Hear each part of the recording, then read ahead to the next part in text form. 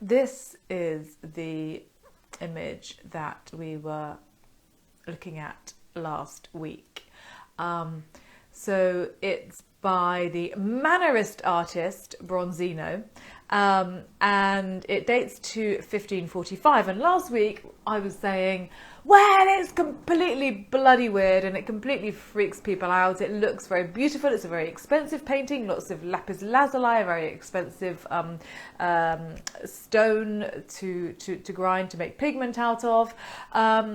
And all very, very lovely, but all very, very confusing. So what the bloody hell is this painting about? What is it about?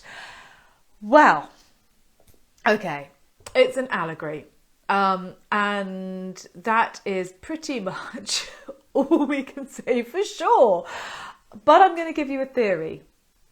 So, if it's an allegory, it means that all of the different characters must basically stand for something. So we already know that the two central characters are Cupid, this sort of zigzag shape across the canvas, and sorry, that was Venus with her zigzag shape, and Cupid with his little bottom sticking out.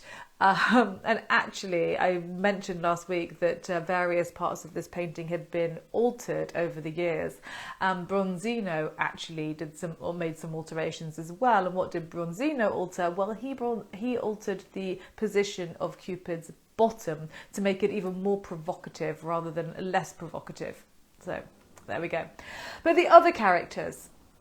Let's start up in the top right hand corner because this is another fairly uncontentious character. So this fellow up here is Father Time. I think that's pretty obvious really. So I'm talking about the baldy guy on the top who, why do we think he's Father Time? Well, because he has an hourglass on his back. So Father Time is either, you decide, he's either pulling away a sort of a sheet or something to reveal the scene, or he is desperately trying to cover up the scene, which again tells us there's an air of theatricality about this. Again, everything about this is artificial. So Father Time, yes, he is either revealing or trying to conceal this strange scene. Below Father Time, we've got this creepy little kid. I don't know how creepy he's supposed to be, but I just find him really super creepy. And there he is. I mean, like, so he's got, and I'm slightly concealing it now, but he's got in his hands a bunch of rose petals that he is about to throw into, over the I was going to say the lovers, that's so wrong, over Venus and Cupid, who are, if you recall, mother and son. This little figure is generally thought to be folly. Now, various different people have got various different ideas, but generally speaking, he's thought to be folly. He has actually got bells on his around his ankles. Let's just bring that up a little bit more closely. There we go. Oh no, that's not, well, in fact, that's not the one with the bell. His other ankle's got a bell on it. But you can see with his right foot, he is in fact treading on a thorn. And if you look really carefully, that thorn has gone straight through his foot at one point. Nasty. So yeah, a bit silly. He's a bit of a silly Billy, but he doesn't really care. He's just having a great time, and he's got his rose petals, and he's all happy with himself, and he's running around in the nude with a anklet and throwing flowers. So folly. Okay, Father Time and folly. Then we get to this creature behind folly. Now, what on earth is she? Who on earth is she? She's kind of got One might say perhaps a sweet little face, maybe not that sweet. Certainly the rest of her isn't terribly sweet. We talked last week about Cupid's really long neck. She's also, I think she must have a really long neck too. But more to the point, if you follow what should be her body down the painting, let's just bring up the full painting for a second. If you follow her body down the painting, you can see that she's got the body of a serpent. She's got, I'm going to change the image again so you can see a bit better, hopefully. There we go. I think actually that one's better. She's got the feet of a lion. And she's got this really, really long tail, and in the hand that is furthest to the right of the painting, as you're looking at it now, she's holding something. It almost looks like a little rosebud, but actually what that is a sting in her tail. So she's holding up her tail, and in her other hand, it looks like, I always think it looks like a little scrubbing brush. That is not a scrubbing brush, that is a honeycomb. So a sting in one hand and a honeycomb in the other. So, so she is generally considered to be deception, because of course the sweet things in life, or things might start off sweet in life, but they could go horribly wrong. Namely, I guess, love. You know, you basically, you can't have pleasure without pain is sort of what she's saying, or what she's standing in for. But if you look at her hands, just, I mean, you're probably thinking they are so weird. Like, what is going on with those hands? Well, what Bronzino has done is he's swapped the right hand and the left hand round. So what should be her right hand is her left hand, and what should be her left hand is her right hand. So anatomically, she is also fairly challenged. I'm going to say she's a lot challenged. So this is the figure of deception. Okay, and then we're going to move up to, if I show you the full image again, so we've got Father Time, and then we've got Folly, and then we've got Deception, all on the right hand side of the painting. Over in the top left hand corner we have a really quite a strange figure. This is the figure of, well, it's disputed, this figure. Some people call this figure fraud, or night, or oblivion. It's so strange because, is it a mask? It looks as though there's nothing behind the mask. So it looks like a very fancy, I'm going to say lady, I think, with some kind of weird fancy headgear on, but where is most of her face? So you have the front part of her face, but where's the back of her head? What's that about? So oblivion, yeah, night, sometimes fraud, very highly disputed character. And then we come to the final character in this scene, which is the character over to the far left.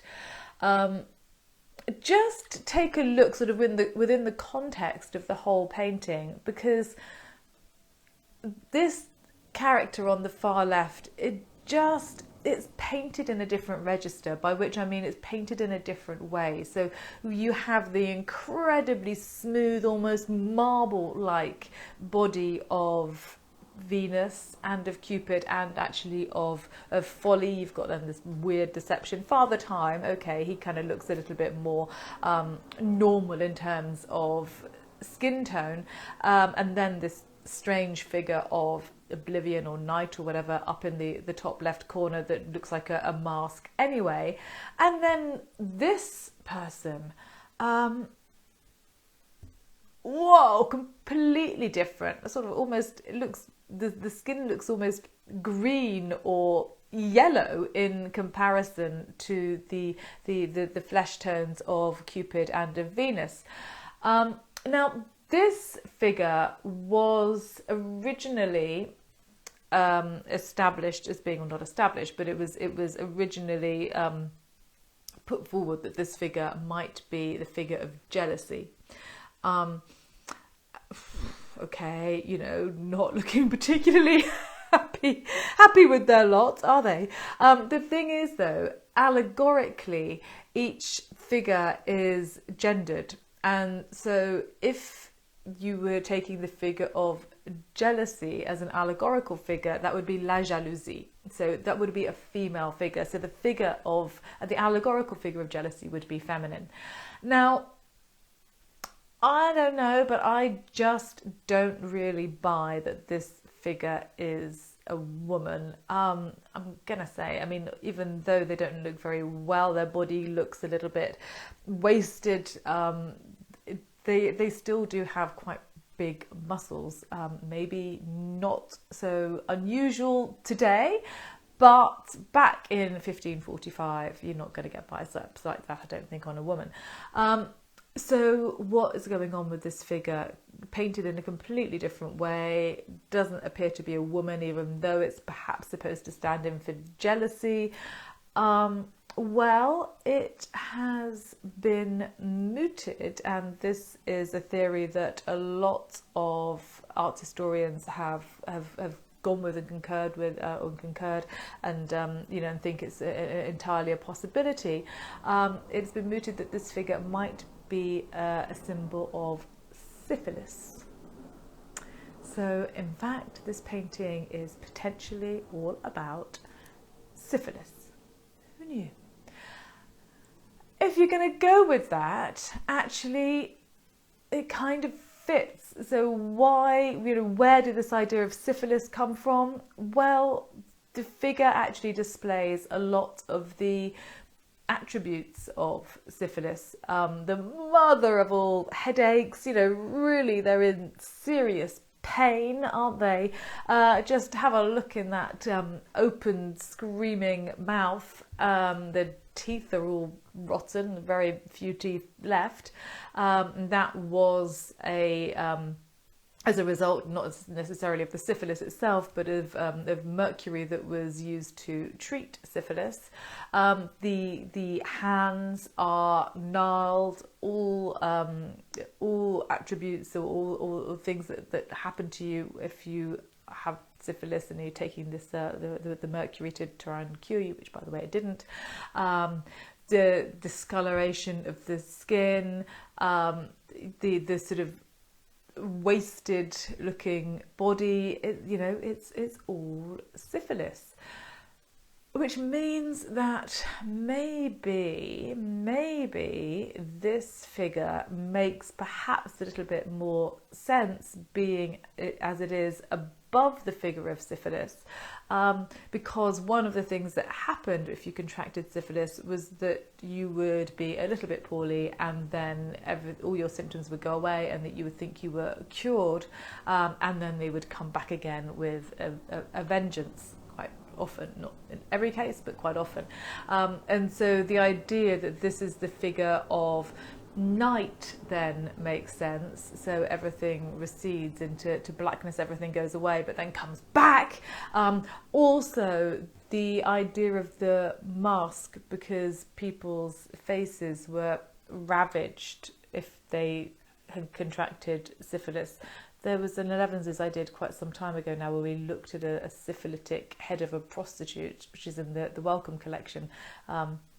You can go back through and find that if you so wish. But so people would often wear masks to hide their disfiguration. So that sort of makes a little bit more sense if you take it in the round, in the context of syphilis. And so does everything else. So Father Time, okay, if you get syphilis, it is very likely that your time on earth is now going to be limited. But then the idea of deception and folly, and these two, you know, this completely inappropriate kiss between Venus and Cupid, what's that about? Well, I think the deception and folly, that is all about how you contract syphilis. Obviously, it's a sexually transmitted disease, and so basically this is saying, you know, if you're going to go out and sow your oats and have all this pleasure, then there will be a price to pay, and you are folly to think that you maybe won't pay that price, or you're folly to go out and sow your wild oats in the first place. The whole Venus and Cupid thing, it's not saying don't have sex with your mum because otherwise you might get syphilis. I don't think it's really necessarily that. I think it's more making sure that that viewers would understand that this is a painting that is about love and about sexual love. If you notice, the arrow that Venus is holding is actually pointing down, the tip of the arrow, so she's kind of stolen it from Cupid, and the tip of the arrow is pointing down to the figure of syphilis. But more than that, what it is alluding to, I think, is the fact that in 1545, when this was painted, it was believed that syphilis wasn't just a sexually transmitted disease through all sorts of relationships, hence Cupid's very obviously proffered bottom, but that it could be passed down from mother to child, and they thought that it could be contracted through drinking contaminated breast milk, and yes, that it could be a sort of hereditary disease. So I think that's what that is about. So not necessarily in the end quite as rude as we thought that this painting might be. Still a bit, a painting about syphilis, even though it's quite an obscure painting about syphilis. I mean, who really wanted this on their wall, to be honest, albeit the fact that it is actually a very beautiful, very colourful painting if you look at it from far away. Well, I mentioned last week that it was painted by Bronzino when he was working for the Medici family. So this was actually commissioned by Cosimo I of Medici. And he sent it abroad. Cosimo I of Medici actually sent this painting to Francois I of France. Bearing in mind that the French called syphilis the Italian disease, syphilis had only been doing the rounds.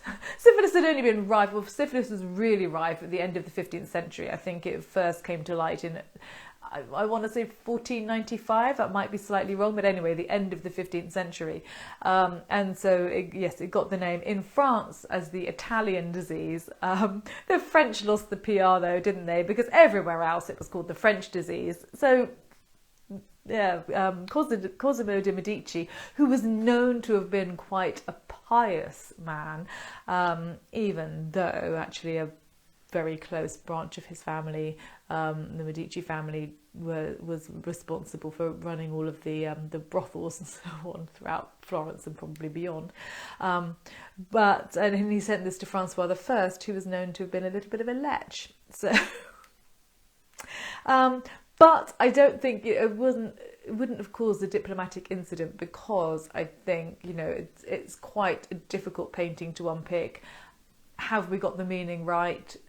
Absolutely don't know. It's quite a visual puzzle. There are potentially other interpretations. It sort of as well alludes to poetry. Bronzino wrote poetry as well as painted, and there are sections of this painting that correspond to different poems.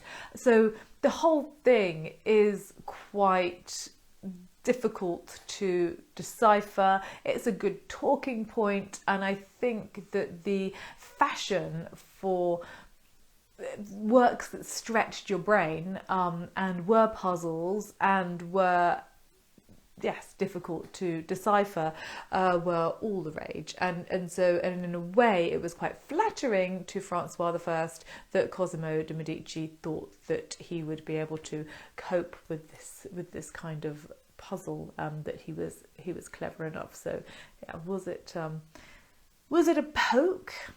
No pun intended, or was it a lovely intellectual gift to share how clever they both were? Don't know. You decide.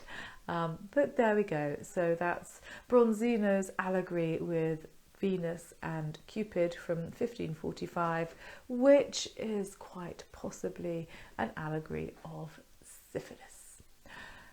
One thing before you go, anyone recognise, before we all go, anyone recognise the foot? Anyone like Monty Python? This is the foot that Monty Python used, turn around, so inversed, for Monty Python's flying circus. About to tread on a dove. I don't think he's about to tread on a dove, so there we go. Who knew?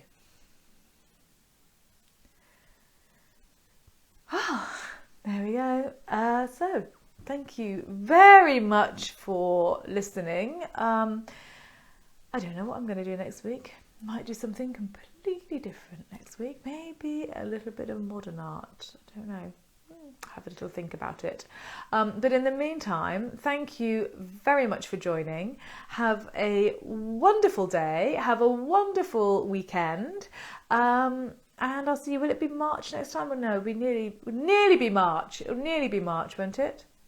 Will it be the 1st of March? I don't know. Anyway, February is nearly gone, which I know makes a lot of people very happy.